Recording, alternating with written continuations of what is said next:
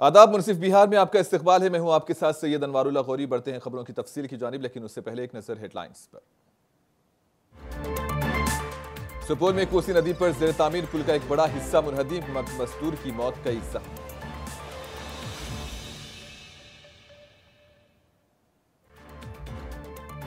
Deputy CM Vijay Kumar Sinha ने कहा, महलूक के लवाहिकीन को एजेंसी के जरिए दिलाया जाएगा 10 लाख रुपए का मुआवजा, मामले की भी होगी जांच।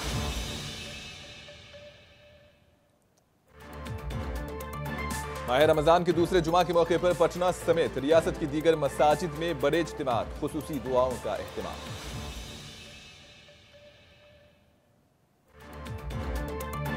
पुलिस ने सुगोली में मुंशियात स्मगलिंग का मंसूबा बनाया नाकाम, 3 स्मगलर्स को किया गिरफ्तार।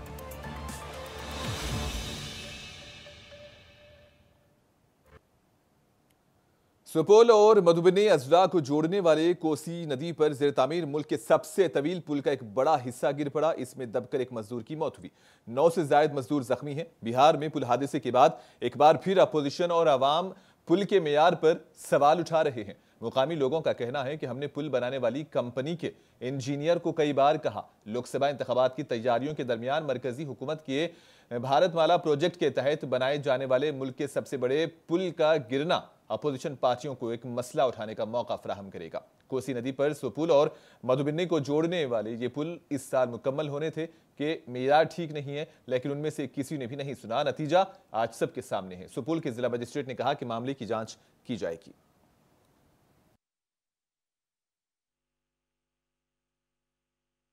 हाँ, हादसा हुआ है, पुल का गुणवत्ता गड़बड़ है। हम लोग जाकर के बार बार बोलते थे, जाकर के प्रदीप केसीएफ जी को और सब लोग को, तो हम लोगों को बोलते थे अब रंगदारी मांगने के लिए आते हैं। थाना पुलिस से हम लोगों को प्रेरित करते थे।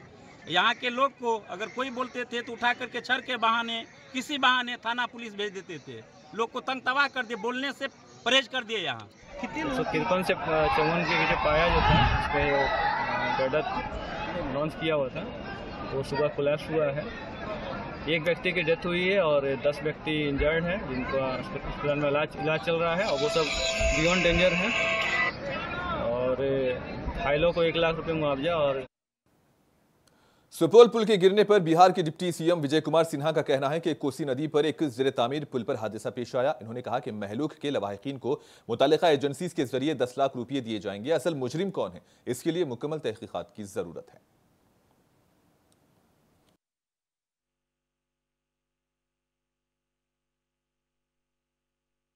उसी नदी पर बन रहे बकौर पुल में सुबह सुबह हादसा हुआ है। एक स्लैब गिर गया, जिससे एक व्यक्ति की मृत्यु हो गई और 10 लोग घायल हैं। जो वहां के जिलाधिकारी से भी बात हुई है, हमने कहा कि उसका समुचित इलाज त्वरित गति से कराएं और जिनकी मृत्यु हुई है पीड़ित परिवार को 10 लाख रुपया संबंधित एजेंसी के द्वारा उनको मुआवजा दिलाया जाएगा। और इसकी उच्च स्तरीय जांच करा करके एनएचआई के पदाधिकारियों से भी संपर्क कर करके उच्च स्तरीय इसकी जांच कराई जाए और पूरी तहकीकात की जाए घटना का, दोषी कौन है, ताकि जन अधिकार पार्टी के कांग्रेस में इंजमाम के बाद जन अधिकार पार्टी के साबिक एमएलए रामचंद्र यादव ने बीजेपी हुकूमत पर सख्त हमला बोला। मोहनिया पहुंचने वाले साबिक एमएलए रामचंद्र यादव ने कहा कि इंडिया इत्तेहाद पार्टी राहुल गांधी की क़ियादत में हमारे लीडर पप्पू यादव ने आइन को बचाने के लिए राहुल गांधी से हाथ मिलाया है। इन्होंने कहा कि हम सब मुल्क को मजबूत करने के लिए इंडिया इत्तेहाद के साथ कंधे से कंधा मिलाकर काम करेंगे।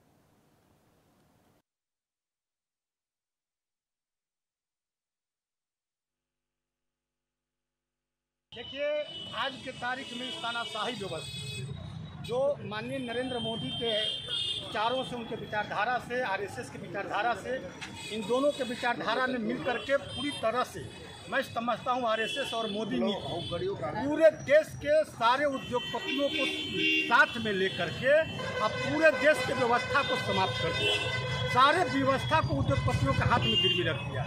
पूरा गांव, गरीब, किसान त्राही माम है।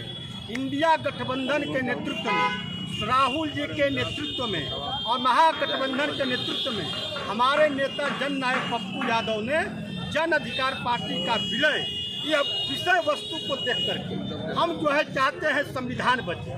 संविधान बचाने के लिए देश को बचाने के लिए, लोकतंत्र को बचाने के लिए, प्रजातांत्रिक व्यवस्था को बचाने के लिए हम पूरी ताकत के साथ इंडिया गठबंधन के साथ कंधा में कंधा मिला करके, और आज के तारीख में उत्तर भारत के अंदर ओबीसी के चेहरा के रूप में एक पप्पू यादव ऐसे हथियार मिले हैं इंडिया गठबंधन को, जो पूरी की पूरी तानाशाही व्यवस्था को इनको तोड़ मरोड़ करके हम लोग संवैधानिक व्यवस्था को बहाल करने का काम करेंगे और लोकतंत्र की रक्षा करेंगे, संविधान की रक्षा करेंगे। जीता है इंडिया, जीतेगा इंडिया, और इंडिया का आने वाले समय में इंडिया के नेतृत्व में पूरे भारत से मोदी उद्योगपति नीति, मोदी नीति, आरएसएस नीति का सफाया। निश्चित तौर पर इनके पास कुछ बचा नहीं है। इनके पास ईडी है, इनके पास सीबीआई है, इनके पास मीडिया है, इनके पास गोदी मीडिया है। इन सारे व्यवस्था को लेकर के ये लोग चाहते हैं कि ईडी और सीबीआई के बल पर इस देश पर कब्जा किया जाए। ऐसा कतई नहीं हो सकता है। निश्चित तौर पर आने वाले समय में आज जो देश त्राहिमाम है, गांव गरीब किसान त्राहिमाम है, और गांव गरीब किसान संपूर्ण इंडिया गठबंधन के साथ है, और हमारे नेता जननायक पप्पू यादव जी साथ हैं। हम लोग ईडी और सीबीआई से डरने वाले नहीं हैं। इनका जो जितना उपयोग करना है, मुख्यमंत्री नहीं मुखिया तक को गिरफ्तार करके जेल जाए भेजे। पूरे आम गांव, अरे किसानों के पैर में जब किल्ला ठोक सकता है लोग, पूरे गरीब को किल्ला ठोक सकता है लोग, पूरे नीति को समाप्त कर सकता है लोग, संविधान को बर्बाद कर सकता है लोग, तो सीएम को मुख्य गिरफ्तारी कौन बड़ी बात है। INDA गवर्नर और यूनिवर्सिटी के चांसलर राजेंद्र विश्वनाथ आर्लेकर ने तिलका मांझी भागलपुर यूनिवर्सिटी सेनेट के बजट के हवाले से मीटिंग मुनक्किद की। यह पहला मौका था जब यूनिवर्सिटी के चांसलर ने इस इजलास की सदारत की। वाइस चांसलर डॉक्टर जवाहरलाल ने चांसलर को एजाज बख्शा। ये इजलास सेनेट में तिलका मांझी भागलपुर यूनिवर्सिटी के बजट पर बहस के लिए मुनक्किद किया गया। यूनिवर्सिटी के वाइस चांसलर और रजिस्ट्रार समेत तमाम सीनेट मेंबरान मौजूद थे। सीनेट इजलास के बाद गवर्नर कोपाघाट आश्रम पहुंचे, जहां इन्होंने संतों से मुलाकात की और कई नुकात पर बातचीत की।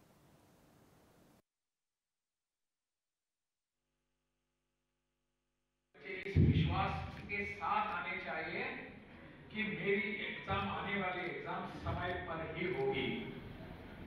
त्रुटियां कुछ भी हो सकती है। अभी यहाँ मामला आ रहा था, CBCS का आ रहा था और कुछ बाकी के मुद्दे आ रहे थे। कैसे 3 साल की या 4 साल की बैठक परीक्षा होती है, बैठक सत्र होते हैं वगैरह। ये सब टेक्निकल बातें हैं, तंत्रिकी है, तकनीक नहीं, कुछ नहीं उसमें, उसको हम बैठकर सुलझा सकते हैं। परंतु समय सीमा पर मेरे बच्चों की एग्जाम्स होने चाहिए, इसके लिए मुझे कहीं न कहीं पीड़ा होनी चाहिए। हम कहते हैं, बहुत बार मैंने सुना यहाँ आने के बाद हमारे नेता भी कहते हैं, सभी राजनीतिक दल के, किसी एक राजनीतिक दल पर मैं आरोप नहीं करूंगा, सभी के सभी कहते हैं कि हमारे यहाँ परीक्षाएं समय पर नहीं होती, क्या नहीं होता।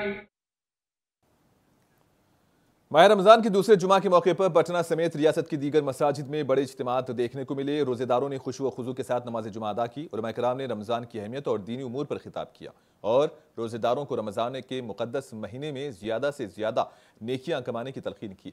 चंदा जामा मस्जिद के इमाम मौलाना आबिद रजा और मौलाना अब्बास ने नमाज जुमा से कबल अपने खिताब में कहा कि इस महीने में रोजेदारों पर अल्लाह ताला का खास करम होता है। कहा कि रमजानुल मुबारक में हमें गरीब और नादार लोगों की मदद करनी चाहिए।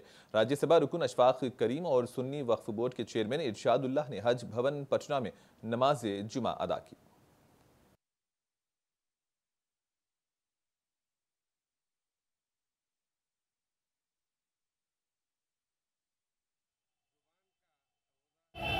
आँख का रोज़ा, कान का रोज़ा, न शिकवा करे न शिकवा सुने, न किसी पर गलत नज़र डाले, हर तरह के गुनाहों से बचे, इसी का नाम रोज़ा है। रोज़ा हर मुसलमान पर फ़र्ज है। जो बालिग हैं उनको रोज़ा रखना चाहिए, जो बीमार हैं उनके लिए सहूलत है, बाद में वो पूरा करें। माह रमज़ान का एक अशरा गुजर गया, ये मग़फ़िरत का दूसरा अशरा शुरू हुआ है। मैं पूरे बिहार के मुसलमानों को मुबारकबाद देता हूँ और ये बरकत का महीना है, रहमत का महीना गुजरा है। इस बरकत के महीने में सारे मुसलमानों को बरकत से सराबोर अदा करते हैं, क्योंकि ये ऐसा मरकज़ है कि यहाँ पर बिल्कुल सुकून मिलता है और नमाज बाकायदे बखूबी अंजाम लोग देते हैं और नमाज को पढ़ते हैं और अल्लाह से यही दुआ करते हैं कि ऐ अल्लाह तमाम मुसलमानों को नेक रास्ते पे चलने की तौफीक अता फरमाए और जो भी गुनाह हैं गलतियाँ हुई हैं उसे अल्लाह माफ़ फरमाए। और अल्लाह से दुआ करते हैं कि अल्लाह अमन चैन रखे और सबके जो है गुनाह को माफ़ करे। और सारे लोग यहाँ जमा होते हैं और रमज़ान का महीना बख्शिश का महीना होता है, बरकत का महीना होता है। क्योंकि यहाँ जो इमाम साहब ने आज बयान किया है उसमें उन्होंने रोज़ा की अहमियत और रोज़ा रखने के क्या फ़ायदे हैं इस पर उन्होंने रोशनी डाली है। रोज़ा का एक फ़ायदा ये है कि इंसान जो है तकवा से मुतसिफ हो जाता है। माखरमी इंस्टीट्यूट ऑफ नर्सिंग सहरसा की एक तकरीब मुनक्किद हुई जिसमें तालीम हासिल करने वाली तालिबात को सर्टिफिकेट्स और इनामात से नवाजा गया। प्रोग्राम में मेहमान खुसूसी की हैसियत से सब डिविजनल अस्पताल सिमरी बख्तियारपुर के इंचार्ज डॉक्टर आशीष कुमार, अस्पताल के मैनेजर महबूब आलम और अखिलेश कुमार मौजूद थे। इंस्टीट्यूट की चेयरपर्सन डेजी कुमारी ने तालिबात के साथ अपने तजुर्बात किए और सबको अपने शोबे में बेलौस काम करने की तरगीब दी। डायरेक्टर ब्रह्मदेव यादव ने बताया कि आज इस इंस्टीट्यूट के पहले बैच के कॉन्वोकेशन की तकरीब के साथ सर्टिफिकेट हासिल करने वाली तालिबात नर्स बनकर कहीं भी तिब्बी मैदान में अपना रोल अदा कर सकती हैं।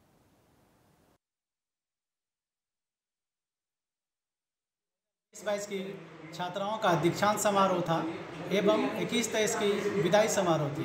हमारा 2 बैच निकल गया है, अब तीसरी बैच हमारी आने वाली है जो कि अप्रैल फर्स्ट वीक से क्लास इसकी शुरू हो जाएगी। इस मौके पे बहुत सारे अच्छे कार्यक्रम हुआ और एवं इसमें सर्टिफिकेट डिस्ट्रीब्यूट किया गया। फर्स्ट बैच को, सेकेंड बैच की एग्ज़ाम होने वाली है और हमारे यहाँ नए सेशन में एडमिशन भी चल रहा है। जो आदमी ANM करना चाहते हैं, कराना चाहते हैं अपने बच्चे को, वो यहाँ कंसल्ट कर सकते हैं कल्वी इंस्टीट्यूट ऑफ नर्सिंग में। पटना के कम्युनिटी हॉल में बीजेपी युवा मोर्चा की तरफ से होली मिलन व तहनीती तकरीब का इनेकाद किया गया। इस मौके पर बीजेपी के रियासती सदर और नायब वज़ीर आला सम्राट चौधरी, नायब वज़ीर आला विजय कुमार सिन्हा और दीगर लीडर्स ने शिरकत की। सम्राट चौधरी ने फूलों से होली खेली और सबको होली की मुबारकबाद दी।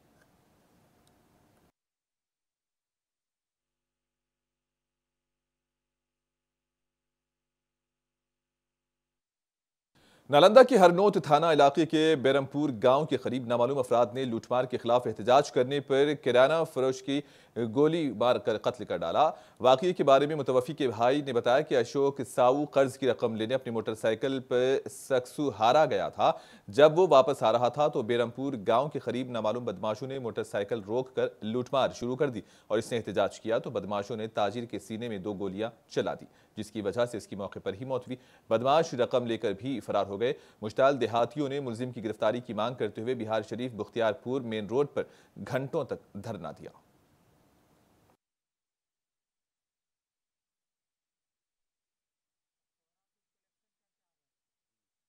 आटा मैदा का हम ये होलसेलर थे। अच्छा। वहाँ सक्सोरा टोटल दुकानदार को माल देते थे, वहाँ से कलेक्शन करके आ रहे थे। अब इनको बीरमपुर सोझे थाना वाला तो बोली भाई बीरमपुर सोझे कि जो इनको गिरे हुए मैंने हम लाए। तब मैंने लूटपाट के दौरान नहीं, इनको गोली मार के गिरा दिया होगा तब लूटा होगा, चाहे लूटला के बाद गोली मारा होगा।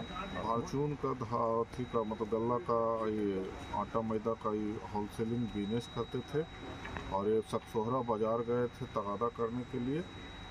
वहाँ से लौट रहे थे, कुछ आपराधिक तत्व इनको मतलब कि पकड़ करके और इनका लूट। पुलिस ने सुगोली के इलाके में ज़िर तामीर टोल प्लाजा के करीब नाकाबंदी करके मुंशियात स्मगलिंग का मंसूबा नाकाम बना दिया और 3 स्मगलर्स को गिरफ्तार किया। इस सिलसिले में SP का नीतीश कुमार मिश्रा ने बताया कि टोल प्लाजा के करीब तलाशी मुहिम चलाई गई। इसी दौरान 2 मोटरसाइकिल्स पर सवार अफराद को गिरफ्तार किया गया। उनके पास से तकरीबन 15 किलोग्राम चरस जैसी नशा आवर चीज बरामद हुई। पूछताछ के दौरान पकड़े गए अफराद की इत्तला पर सुगोली थाना इलाके के छोटा बंगरा गांव में वाक़ई राजकिशोर सिंह के घर के कॉरिडोर से 50 किलो चरस और 1 किलो गांजा नुमा मादा बरामद किया गया और राजकिशोर सिंह को गिरफ्तार कर लिया गया।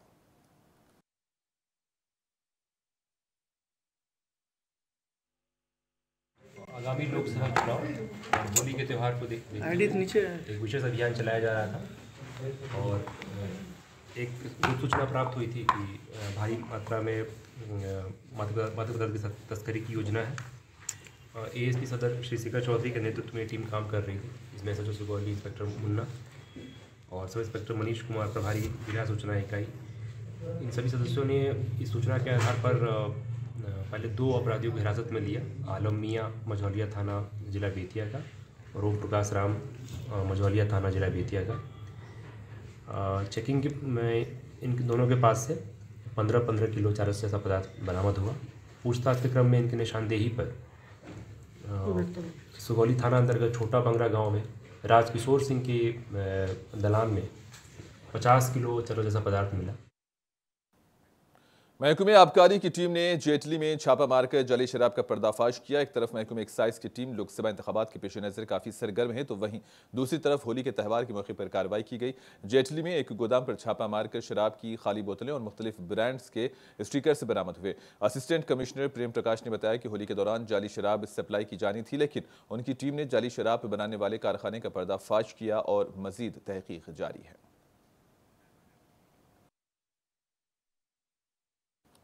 गाड़ियों की चेकिंग के दौरान कैमूर जिले की मोहनिया पुलिस और ALTF ने एक DCM ट्रक से 2000 लीटर अंग्रेजी शराब और एक लग्जरी कार से 7 किलोग्राम गांजा बरामद करके 2 मुलजिमान को गिरफ्तार किया।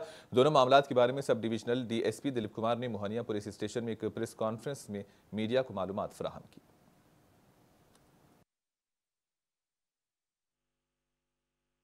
और हमारे लिए 2 चीज़ें हैं कल के डेट की। एक तो है कि जो इलेक्शन को लेकर के हमारा सघन चेकिंग चल रहा है, उसी के क्रम में एक सफलता मिली है हम लोगों को। और हमारी टीम जो थी वो लाहौरबारी से आने वाली नहर पर चेकिंग कर रही थी। उसी क्रम में जो है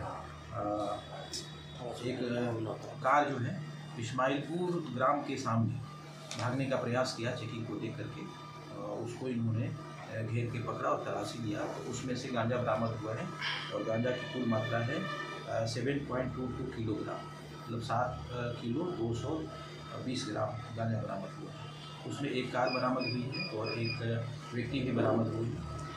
व्यक्ति जो है उनका नाम है दिनेश सिंह, उम्र लगभग 55 बरस है, और पिता स्वर्गीय पिता नगीना सिंह, ग्राम कंडीगरा, थाना कुदरा के रहने वाले। इनके संबंध में जो अभी तक जानकारी प्राप्त हुई है कि पूर्व में भी कुदरा थाना से जेल गए हुए हैं। तो ऐसा प्रतीत होता है कि ये जो हैबिचुअल क्रिमिनल हैं और NDPS के केस में पहले भी जेल गए। तो एक सफलता हमारी ये है कि इलेक्शन को लेकर के जो सघन चेकिंग हो रही है उसका फलाफल हमको प्राप्त हुआ है। और दूसरा एक और है कि हमारी जो है NH पर टोल टैक्स के पास हमेशा चेकिंग रहता है। तो उसमें कल सुबह में एक हमारी सफलता मिली है। वो डेट हो जाता है आज का 22 का डेट हो जाता है, सुबह की घटना है। उसमें एक ट्रक बरामद हुई है जो साइकिल लोड करके ला रहे थे, और उसका जब चेकिंग किया गया तो उसमें भारी। और आखिर में हेडलाइंस पर एक और नजर। कोसी नदी पर जेर तामीर पुल का एक बड़ा हिस्सा मुनहदिम, एक मजदूर की मौत, कई जख्मी।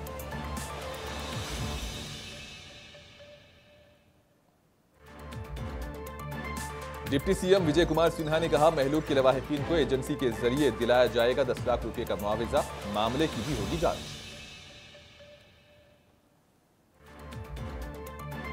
माह रमजान के दूसरे जुमा के मौके पर पटना समेत रियासत की दीगर मसाजिद में बड़े इज्तिमात, खुसूसी दुआओं का भी हुआ एहतमाम।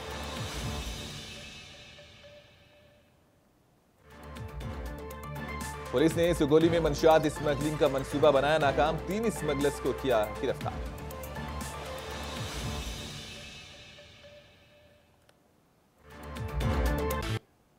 और इसी के साथ ही खबरों का सिलसिला यहीं पर इख्तिताम पजीर होता है। दीजिएगा इजाजत, आदाब।